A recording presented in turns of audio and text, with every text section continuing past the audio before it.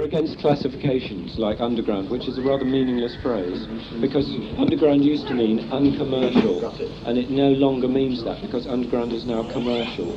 Commercial means we're saleable.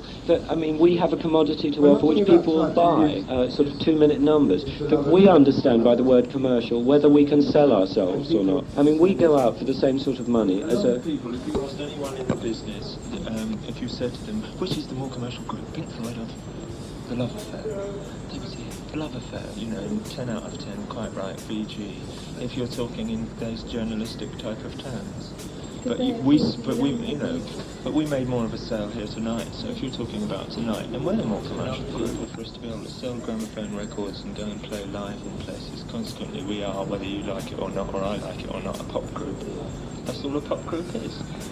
We were good live, and our reputation, people would say, when these guys come back to town, you have to go, because there's going to be something going on that's be unusual and interesting, and I think more than anything that was what kept it going in periods when some of our records were not the best things in the world, I wouldn't have said.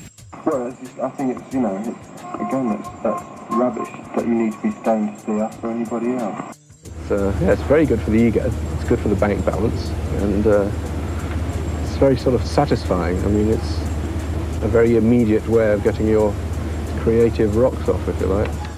Say upper class for me and middle class for the others, but our backgrounds in music could be described as sparse, with the exception of Richard Wright, who underwent a certain amount of training. But my musical background prior to Pink Floyd could be described as sparse.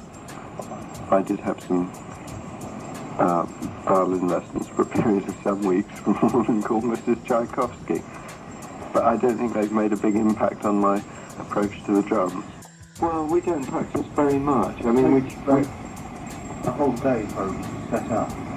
Some of the things we've been playing for 2 years. Yeah, right. So there's no problem. The other things, as long as we know all we have to practice, all we have to know is the basic structure of the piece, how long whether there's a chorus after a verse or decide the sort of way we're going to do it. And then it's up to us to play it, to the audience, which is not a matter of rehearsal. Oh no, a lot of people have very concrete views about everything. And they're seen as being coherent about them, like this student demonstrators and student leaders who people like Tarek Ali. Beautiful spokesman, superb. You could interview him, and he's lucid. He comes out with exactly what he means and what he believes. He brought the ability to play the guitar, which was quite unusual at that time. I suppose also he brought the ability to perform. And eventually, obviously not immediately, but eventually he brought songwriting. Because it had references to transvestitism and also to nicking underwear. But we hyped it a bit with a gentleman whose name I wouldn't dream of revealing, who in those days could enable you to improve your chart position for comparatively small expenditure. We managed to hype it to 21. We had a relationship of intense argument on important things throughout our career. Conflict and compromise put together in some circumstances can produce wonderful things, and I think in our case they certainly did. No, rubbish. I don't think it's true. If you take a crappy enough group and they've only got 12 songs. That's what we're talking about. Oh, well, you're talking about producing works of art, or whatever, or Pink Floyd records. That's only about 0.01. Well, you need to have a fairly extensive knowledge of what the equipment's about and what music is about and what rock and roll's about. Well, Steve knows what rock and roll's about. He's got no idea what the equipment's about. A good hammer can cope with some of our tunes, yes. But we don't, our success live is not based on our ability to put over hammer tunes. Yeah. We improvise. We play a very crude form of jazz, if you want, meaning by jazz, improvisation. The orchestra was an experiment, and I've no doubt, I'm sure we'll do something again with an orchestra, and this will go down, as an experiment, and we'll relate to it in future things. But I don't think we're now committed to a course of action using an orchestra for all our future work, or our future work over the next months. In fact, I think probably and this is a sort of complete surmise, it's not a plan that we've got, but I suspect that we'll retreat from an orchestra now and go back and find out more about what the orchestra proved that we could do, you know, what we lost with an orchestra. We'll try and recapture between the four of us again, that sort of thing. What I'm saying is I'm a very confused youth of no special, you know, intelligence or anything else, but I happen to belong to a band which plays music which I find very exciting, which the audience appear to find exciting. And therefore, you know, there's very little point in me sitting down and telling you my confused views on anything.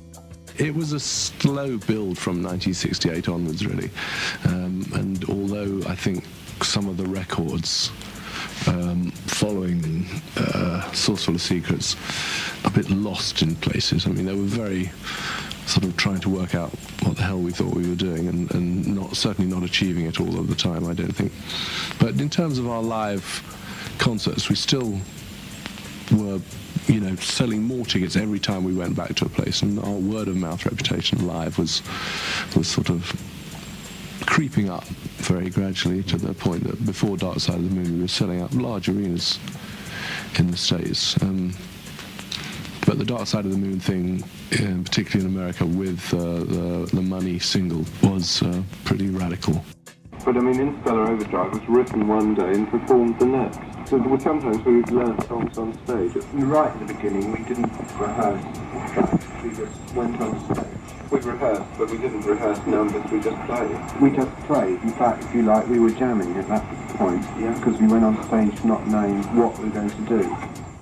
The idea was there was going to be a free school which anyone could go to and learn all about exciting things like Gnostic religions and how to grow your own magic mushrooms. And we thought the Pink Floyd should play there. You know, because obviously when you take on extra musicians and so on, you lose a certain mobility within, you know, within what you can do. And I think that we might go back and look for some of that. But then again, you know, after we've done that, we might go and try and have another go with an orchestra. It's difficult to say, but I'm just saying it's not, you know, it's not a sort of cut and dry thing of staying with an orchestra now. When we play, I think the way the act's developed in the last 6 months has been influenced rather a lot by the fact that we've played in ballrooms, necessarily, because, you know, this is obviously the first market. But I think concerts have given us a chance to realise that maybe the music we play isn't directed at dancing necessarily like normal pop groups. Powys Gardens was important because it was the first time that we were booked in our own name and actually drew a crowd on that name. Syd Barrett turned out to be one of the great English songwriters of the late 1960s. I mean, if you listen to Pipe at the Gates of Dawn now, it almost makes you cry what a great talent was lost there.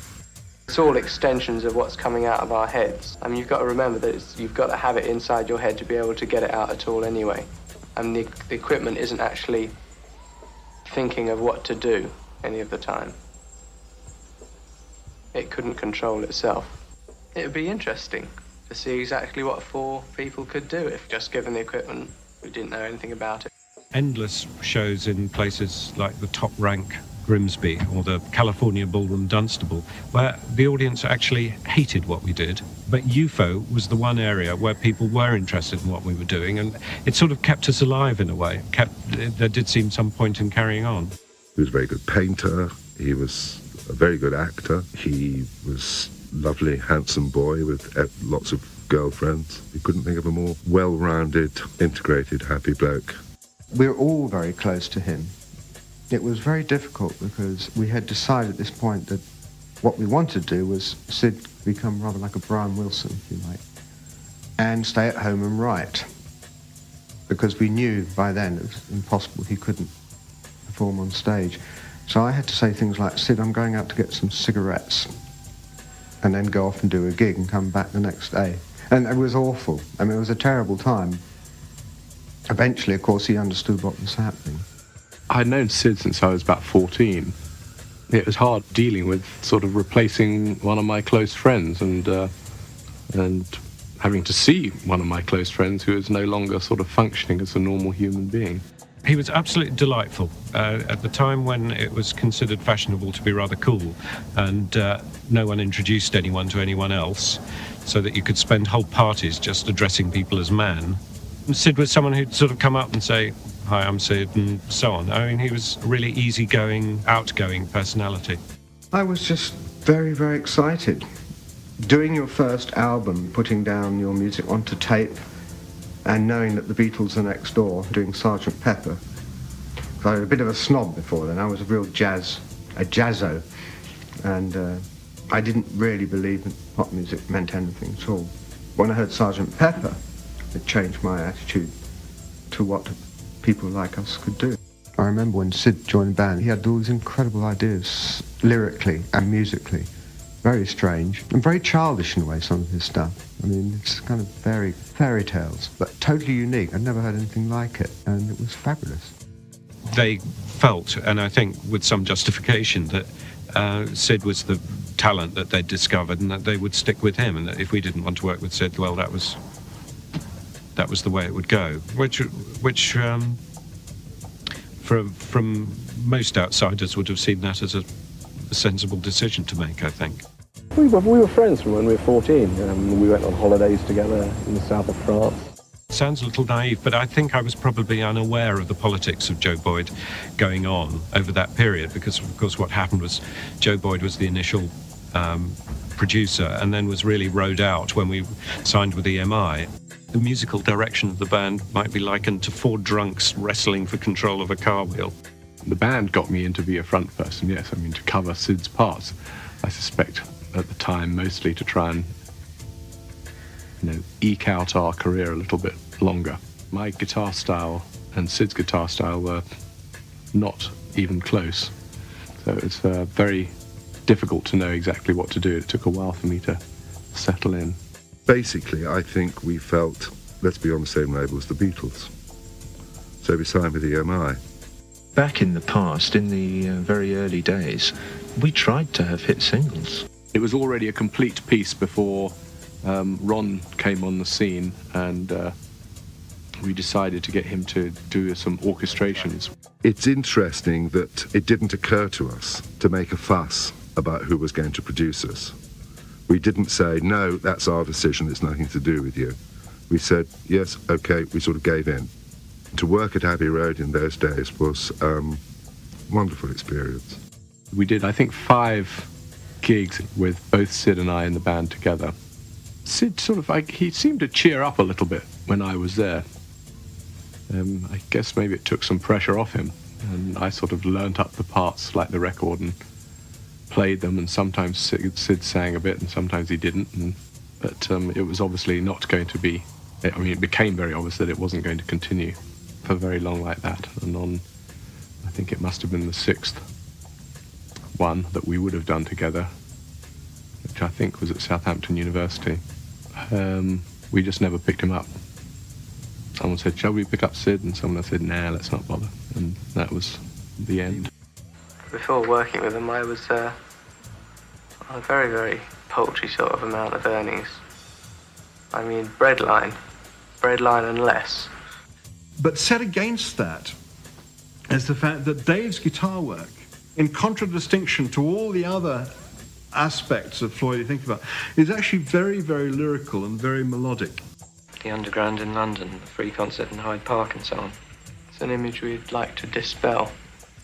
I think it was very heavy a few years ago, but it's not so bad since, but I still think that most people think of us as a very drug-orientated group. Of course we're not.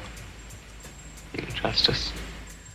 The most remarkable thing was the way that he did take over when Syd left. I mean, his one song on Piper at the Gates of Dawn is not a great song, but he applied himself to becoming a songwriter and became a terrific one. All that media stuff is all very irrelevant. It's people, if people come to a concert and they don't like it, they don't come again. No one had actually cut the tape at that point. It was considered that maybe there would be problems if it was edited. Consequently, Roger and I had to do the backing tracks in one pass. It was a 23-minute piece, something like that, we probably took about the third take where we actually got all the way through it, because it was so difficult for us to remember where the hell we were in the piece. So from then on, the thing in some ways went downhill. We were in New Orleans, and someone had been, apparently, we later found out, driving our truck around. And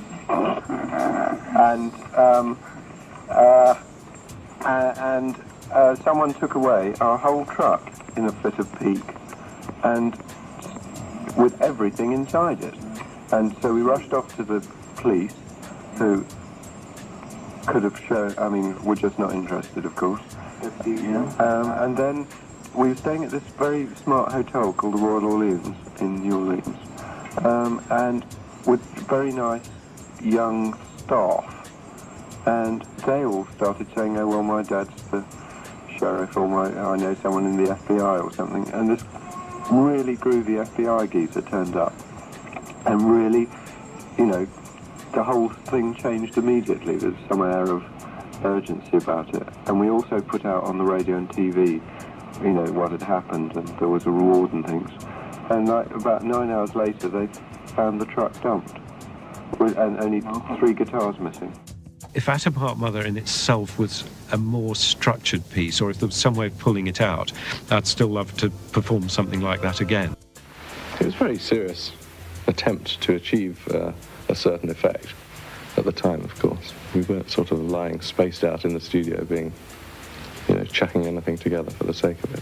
When it became the idea that it became, then Roger basically went away and wrote all the words, you know, and pretty well they just came in like that. And some of them were pieces of music that we already had, and some of them came in as words that we, you know, that we wrote music to because it was essential for the kind of narrative of it, that we would have that piece in there.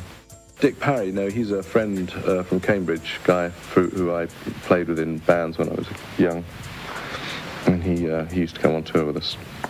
And he played on that album and on the next one, on the Wish You're Here album. I do enjoy the scale of the things, the way we do Pink Floyd things. Obviously, there are times when you think, God, I wish it was simple, and we could just go out and play. You know, there are a lot of people want to see us, and we do it well, I think. You know, we do it fairly well with the large things. We make this huge wraparound show that goes right around everyone. Us and Them was a track, the music for it was a track that Rick wrote in 1969, I think, sometime previously, and we had actually put forward to Antonioni for the film Zabriskie Point. And we had put it in the film Zabriskie Point over the riot scenes at the American campus at UCLA. I don't know how things change. People's attitudes change, and they start demanding more and more of the say, or Roger started demanding more and more of the say in what went on, and that was all right as long as one could make oneself believe that he was right about the decisions that he wanted to make.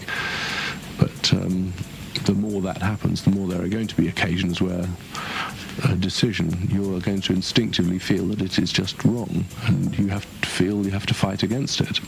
These hilarious things of having a studio control room with these tape machines and mic stands all over the place, with huge, great loops of tape wandering all over the room and breaking, and people treading on them and stuff, and trying to record a few minutes of a tape loop. And the longer you want the loop to run, the harder it is to actually control it. You've got all these little pinch wheels and stuff, always trying to keep tension going. And you have to actually keep a tension up on a tape machine, otherwise the tape will come away from the heads and it won't sound. So you actually have to keep it tight enough that it'll keep the tension up, and loose enough that it doesn't get stuck and stop on things, you know. And of course it's always got lots of editing tape on it, because it's always been hacked together from 2 or 3 bits. It's you know, all the pressures of things in life, and the on the run and the time are all things within the pressures of life that are almost guaranteed to drive a poor boy mad. That was when some of the very early synthesizers, we'd just got some of these VCS3 synthesizer things, and we'd just been given the second version of it, in fact, which had a tiny little sequencer built into the lid of a briefcase model of this thing. And we discovered this strange sound that became On the Run. We made up the cash register loop, the tape loop at the beginning of the cash registers and things, where one of them's backwards by mistake, and we thought it sounded nice, so we left it on. Always making tape loops. Well, if you can still hear sibilants on the second string of pressings, you've got an extremely overactive imagination, because there isn't any. We have some pretty good arguments from time to time, yes. We're pretty durable. We do have infighting, but without actually exploding. She was just a session singer. Again, Alan Parsons had done a session with her for something before, and we were asking people about who had a great voice and who we could get in to do a bit of singing on this track. And he said he'd done a session with this girl and we should maybe try her out. And we tried her out. She was great. And we recorded, I don't know how many tracks of her wailing away as we encouraged her to scream and warble and go loud and soft and stuff. And we then compiled the vocal track out of I don't know how many takes she did of it, but it worked out really well. It's just a question of using the tools that are available when they're available. We could still do a good, entertaining musical show, I suppose, without it, but all those things are down to how you control them, and whether you're controlling them, and not the other way around.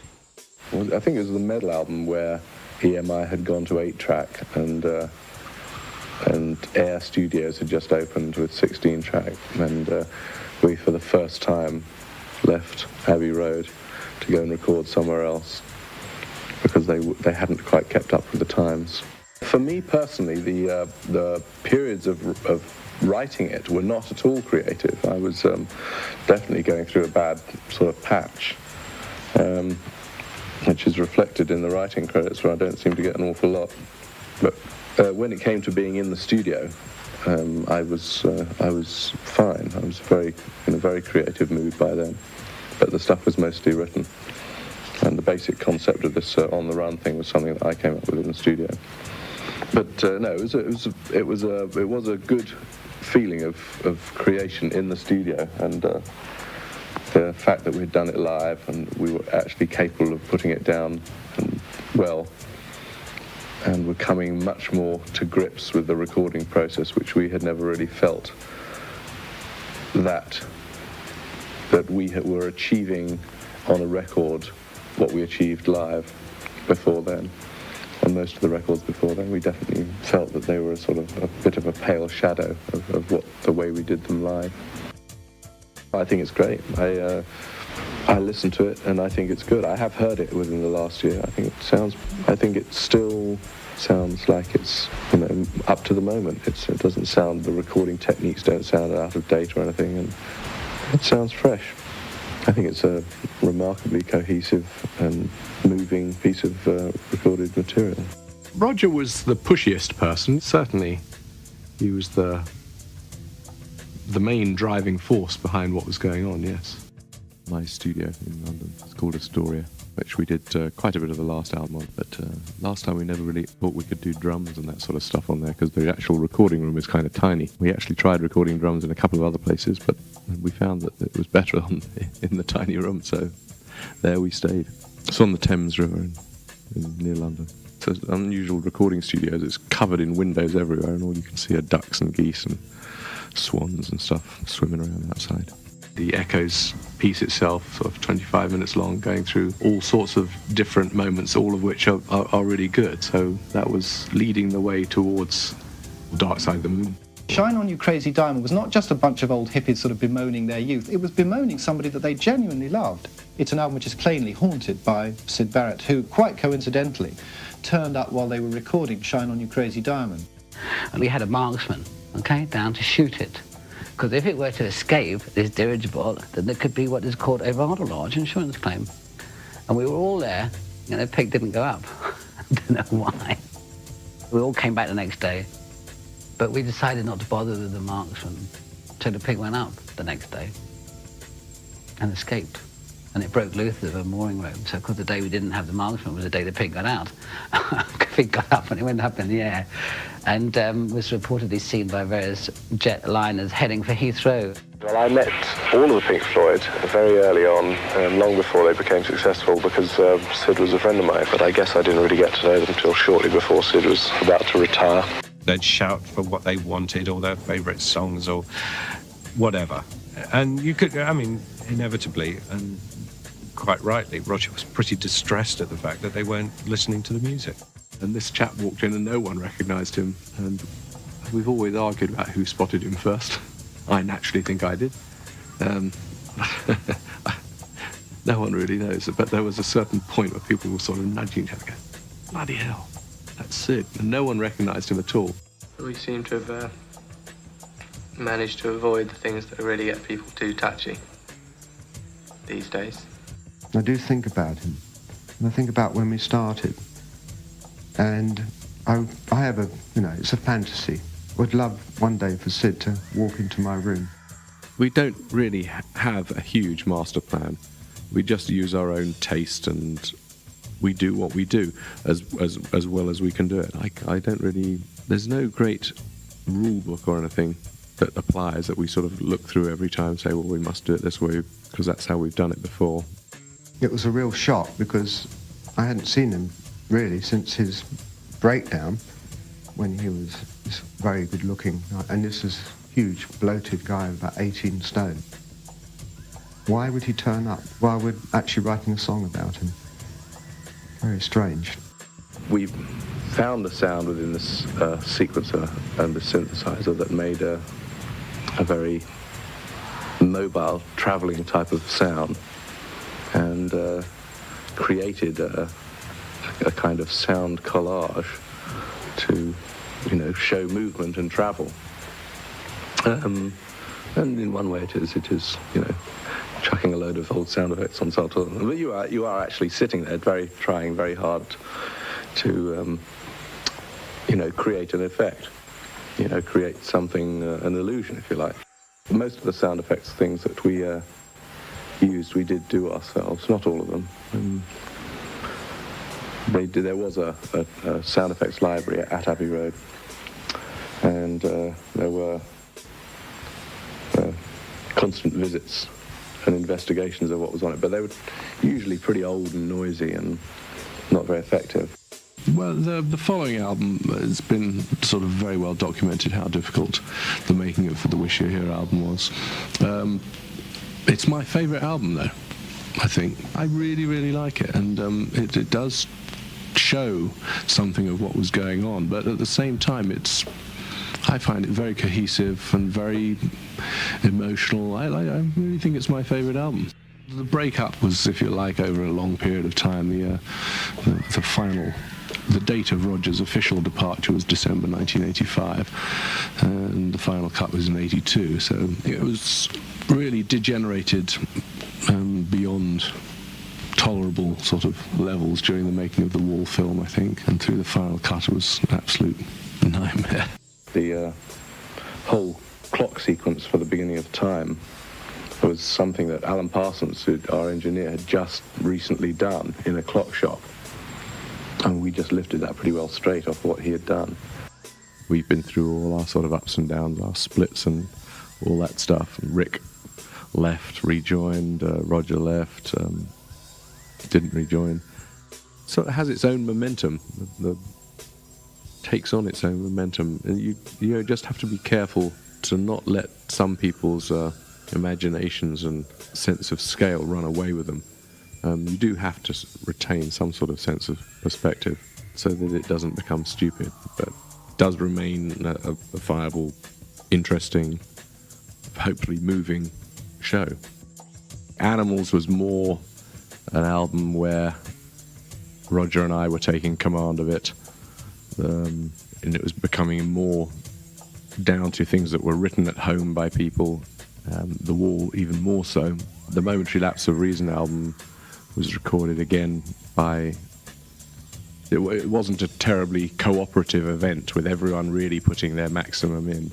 I like to be sort of a jack of all trades, I'm not bothered whether I'm a master of none or anything like that, rather than coming into the studio with pieces of music that I already had and pieces of music that Rick already had and stuff like that, I thought that it would be better for us to start off from scratch with nothing and just go and start jamming. Whether or not we would keep all that stuff or whether we'd use any of it or what was not really particularly relevant. My favourite album, I suppose I would say, was the Wish You Were Here album. And, the actual process of sitting together in a room with several musicians and actually performing together from nothing is a very interesting, exciting sort of process. That process was a very, very good, if you like, communal process where we all contributed together, and that was what started the album off. It gave us our kickstart. So the start of the album came from a more joint effort than any album that we've made since Wish You Were Here. Roger had done a demo of the whole thing, and it was excruciating to listen to, but you could tell instantly that there was a great idea in there. And when he said he wanted to build a wall across the audience, I thought, this is absolutely insane. But he was right, and I was wrong. I can't work with this guy anymore anyway. I don't want to. I don't like this band anymore. What I'm still conscious of are the 20 years of friendship and enjoyment we had together when the band was running along in a smoother way. And there's not many other people that I'd have rather had in the band. I thought that out there in record land, that people did kind of identify me with quite a lot of the work that went into the Floyd. But they don't. It was dreadful, really. It was dreadful. It's not the way a band should make records, and I think we all thought that. Roger certainly thought it, because he left the band shortly afterwards. I felt that Roger was resurrecting tracks that we had not accepted for the Wall album. And I did say to him, they weren't good enough then, why are they good enough now? It got so difficult that Roger wanted me to not have a say in what was going on the production side of the album. So after a lot of arguing and umming and ahhing and soul-searching, I agreed to come off the production credits. They were very, very basic, these early synthesizers. And in fact, for a long time we had them, but we didn't know how to actually make the keyboards work and play notes. We actually had them programmed up. We actually spent an awful long time. That's what we became rather good at it, actually, was using them as sound effects machines, creating noises, explosions, wind, and strange things. But it took a lot longer before we actually learnt how to. Because it wasn't like a modern synthesizer where you plug it in, turn it on, and play a keyboard and notes come out. You actually had to program it up to play notes. He did approve putting together the collection. He's now a bit grumpy about our choice of using Storm Thorgerson to do the artwork on it. Although he did the artwork for 6 of the 7 albums that are contained in the box set, Roger didn't feel that he was up to the minute enough to be doing this thing. Well, that's what he says. But I think we'll get over it.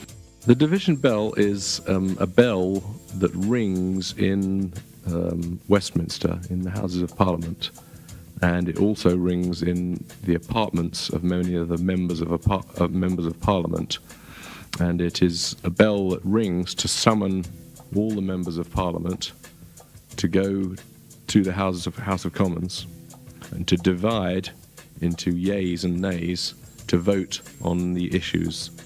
And because the darker emotions tend to be the more powerful ones. And it's hard to write a happy song, except for John Denver. January 93, with myself, Rick and Nick and Guy, the bass player from our last tour, and we just jammed away at anything for 2 weeks, just playing anything that we had in our heads or that we made up on the spot. And then we took all that over to Astoria and started listening to all the tapes and working stuff out. We found we had 65 pieces of music. I mean, these are things that I do. I did do the flying lessons and the test concurrently at the same, while I was doing the album this time, but usually I try and find a spare moment to do these things. These are the songs that came out of the jamming sessions that we did at Britannia Row in January of 93. Afterwards, we went back to Astoria, to the houseboat, and we listened through to the stuff, and we would join bits together, and at some point you have to sort of sit down and say, well, who thought of that bit, who thought of that? And you try and keep tabs on where things came from so that they're correctly credited. It's very, very, very difficult, and one of the least pleasant aspects of doing the job I do. It's very simple. It sounds kind of stupid when you say it, but I just got a new guitar pedal. called a whammy pedal. It just makes your guitar rise up an octave. You just put your foot on this thing and you go, and the guitar goes whoop, up an octave. And I started playing with this thing. Someone had just given it to me to try out. Suddenly it sounded a bit like whales and whale music and that stuff, and that's how things start. Things just started, and that one just started, and we played it, and it had the scent of the sea about it, this tune, ever since, probably from the sound of the guitar doing the whale type thing, and we called it the whale piece for ages. The maroon came up as a colour at one point. Maroon became marooned, and it seemed to fit that tune.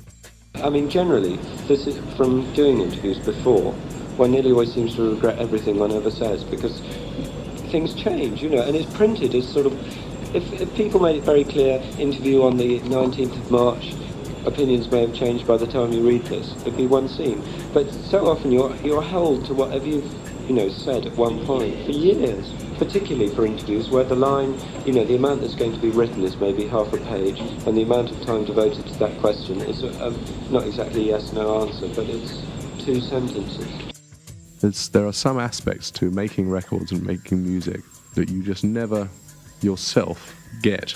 Some of the things that are in the stuff you have done until you hear it yourself on the radio with the knowledge that millions of other people and millions of other ears are listening at the same time.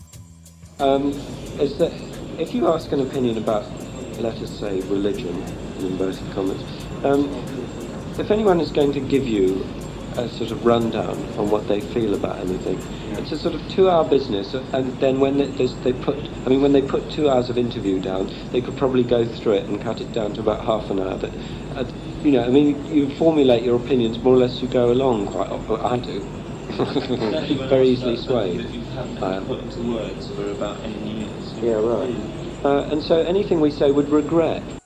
And then we started having these things. We had a couple of sessions which we called The Big Listen, where we listened to all these 65, and all the people involved with it voted on each track, on each piece of music, as to how popular it was with them. And so we then arranged these 65 pieces of music in order of popularity amongst the band, and then we dumped 40 of them and worked on the top 25, which in fact became the top 27 because a couple more got added in. And so the process went on from there, with us working away on all these pieces of music and gradually either merging pieces together or scrapping them. I heard it today for the first time. I heard my first radio thing of the song, or the first thing I've heard from this record on the radio this morning. And it's always quite extraordinary when you hear one of your things that you've been working on for ages, and you know what it means, you know everything about it, but the first time you hear it on the radio, you have got the added weight of knowing that there are millions of other people listening to it as well, so you get a completely different perspective on it. On the last tour, we had Scott Page on the saxophone. Great sax player, lovely guy. And this time, it didn't really look as if we were going to be doing as many songs with saxophone on the tour from the way I was thinking. And funnily enough, at Christmas, I got a Christmas card from Dick, who I hadn't seen for years and had given up the saxophone entirely and was, I think, unemployed, living in a village near Cambridge, doing nothing. And I knew that years ago he'd sold his saxophones and had gone into being a farrier, shoeing horses. He apparently had given that up as well, and he had bought himself another saxophone a year or so ago, and he just sent me a Christmas card. I rang him up. I didn't even have his phone number before, so I just rang him up and said, just to say how you're doing, and he was just talking to me about it, and I had been thinking about what to do about saxophone on the tour, because we weren't going to need a lot of it, but we needed some, so I asked him if he felt like auditioning. Sometimes you need some confirmation and help from other people, apart from the close, the gang that are in the studio itself. And so myself and Polly and Nick have sat up many, many nights, all night, into the early hours. Both their contributions have been very, very substantial. Titles is a long, difficult thing sometimes, and that one seemed to fit, and then we played it up a little bit at the end. Putting wave noises and seagulls at the beginning to set the mood a little bit before it goes into it. There's no particular huge significance to Marooned. It's just an appropriate title. For less money-minded people would be hard to find. He told me that he thought he was playing better than he'd ever played, and so I got him down to the boat to have a little audition, and he played about 3 phrases, and myself and Bob said, fine, great, he's still got it. Well, screw this auditioning business, let's see if we can stick him on something. And the only place that seemed really appropriate was the opening for Wearing the Inside Out, so we put him on it, boom. He's got that tone, it's fantastic, you can recognise it straight away. Wearing the Inside Out came out of us jamming at Britannia Row. It starts with a bass guitar being plucked and the harmonics with a repeat delay on it and a keyboard starting those first chords. Well, sometimes you have a piece of music and it seems good and you do something with it, and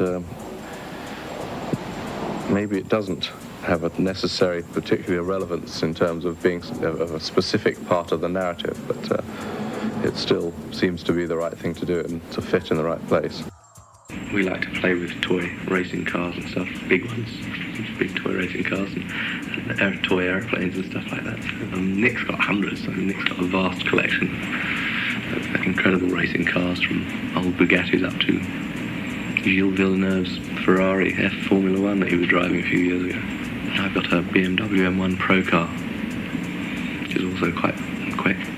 Not an obsession with madness particularly. I mean, I don't think there's anything particularly on the new album about madness, is there? Yes, well, that's something that I think about. I don't know, it's from a different angle, but I don't know, maybe it's catching. So sometimes in my darker moments I ponder on those things and sometimes write about them. The technology level is really quite frightening, really. It often feels I'm strumming a little D chord, and there's sort of 85 boffins fiddling with computers in the background. Don't have to do that stuff anymore. With sampling machines, you just whack it into a sampler and manipulate it with a computer or something. It's all very, very much simpler. And I have competed once in a while, but I generally tend to just do circuits against the clock rather than against people, Against people you get a bit too aggressive and fired up about it all. It's the red mist, they call it. I don't know, I enjoy it a lot. I suppose it's the classic little boys adrenaline thing that everyone gets. I like to be able to do everything, I sail. I like racing Hobie cats. And I like scuba diving. I've got a scuba diving license, and racing cars, aeroplanes, anything, I like to learn, I like to be able to do everything, basically. It would be a wonderful thing if one could imagine that Syd would become well again and everything would be happy and rosy, but the world doesn't work like that, so I'm sure that would. And his relevance in Pink Floyd that would not be, when he left, there was very soon no relevance really for his type of thing. Because the guy was definitely a genius. Some of the stuff he wrote is absolutely brilliant, I think. We said at the beginning of this whole thing that anything we did, we weren't going to slim it down. We were just going to do the whole thing, everything, lock, stock and barrel. I haven't managed to dare do free-fall parachuting yet, but that's the one which is my bravery is just not up to at the moment. I felt that I had put my entire adult working life into helping to create what Pink Floyd was, and I didn't see that it was his or anyone else's right to have that, to take that away from me, and I told him long before he left that we would do it again, with him there or not. And so he knew what was going to happen, and he put his best efforts into preventing us from doing that, and we put our best efforts into fighting against his prevention.